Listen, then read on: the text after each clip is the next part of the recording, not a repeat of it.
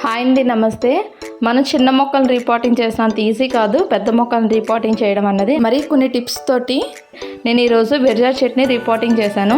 దీని కొమ్మలను ఎందుకు కట్ చేసేస్తున్నా అంటే ఇది చాలా హైట్ అయిపోయింది, మొక్క అల్లిపోయింది.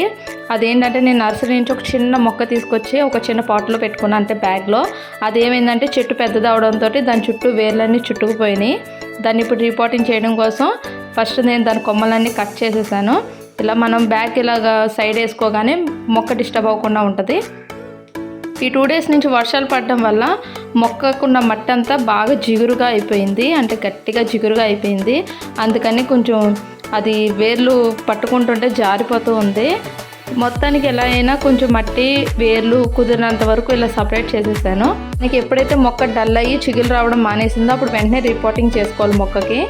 అదే నేల మీద ఉన్న మొక్కకైతే కొంచెం గుల్ల చేసుకోవాలి. నేనైతే ఇప్పుడు దీన్ని మొక్కకి కుండీ పెట్టడం కోసం అయితే ఇలాగ సిమెంట్తో చేసుకున్న స్టాండ్స్నే నేను ఇలాగ సెట్ చేసుకున్నాను.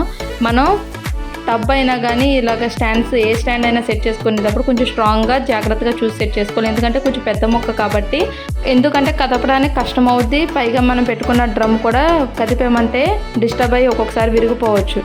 ఈ 2 days నుంచి వర్షాలు పడుతున్నాయి కాబట్టి రాలిపోయిన ఆకులు, తీసేసిన మొక్కలు, కిచెన్ వేస్ట్ ఇవన్నీ నేను ఆల్రెడీ ఈ టబ్లోనే వేసి ఉంచా. కాకపోతే కొంచెం బరువు అయ్యి పెట్టడానికి ఇబ్బంది అవుతుందని చెప్పి మళ్ళీ దాన్ని తీసేసి ఈ టబ్ పెట్టాక అదంతా వేసి దానిపైన మట్టేసి మొక్క పెట్టాను.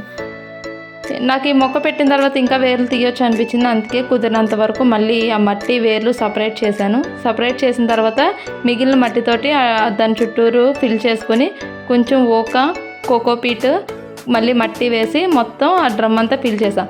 మనం కింద ఉన్న వేస్ట్ అంటే ఈ కిచెన్ వేస్ట్ కానీ తీసేసిన మొక్కలు, ఆకులు కదా, అవి ఏమవుద్దంటే ఒక 1 weekకి కంపోస్ట్ అయిపోయి మొక్క కొంచెం డౌన్కి వెళ్తుంది, అంటే కిందకి వెళ్ళిపోద్ది ఆ కంపోస్ట్ అంతా మట్టిలో కలిసేసరికి. మనం ఎప్పుడూ కూడా ఇంకొక కేర్ ఏం చేయాలంటే, మనం ఏదైనా డ్రమ్స్లో కానీ లేదంటే చిన్న టబ్స్లో కానీ పెట్టుకున్న చిన్న మొక్క అయినా పెద్ద మొక్క అయినా మనం వాటర్ పోయగానే అది తొందరగా డ్రైన్ అయిపోవాలి, అంటే వాటర్ కిందకు వచ్చేసేయాలి. అప్పుడే మన మొక్క ఫ్రెష్గా ఉంటుంది. లేదు అంటే మనం ఏంటంటే వాటర్ పోసామంటే దాని వేరు మాత్రం తడవాలి, అంతేగాని వాటర్ ఉండిందంటే ఆ వేరంతా కుళ్ళిపోయి మొక్క చచ్చిపోద్ది. అది చిన్న మొక్క అయినా అవ్వండి, పెద్ద మొక్క అయినా అవ్వాలి.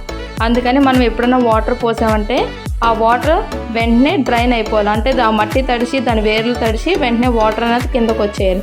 అప్పుడే మనకు మొక్క అనేది ఫ్రెష్గా ఉంటుంది. ఇలా వాటర్ చూసారా డ్రాప్స్ కింద ఎలా డౌన్కి వచ్చేస్తున్నాయో ఇలా వచ్చేయాలి.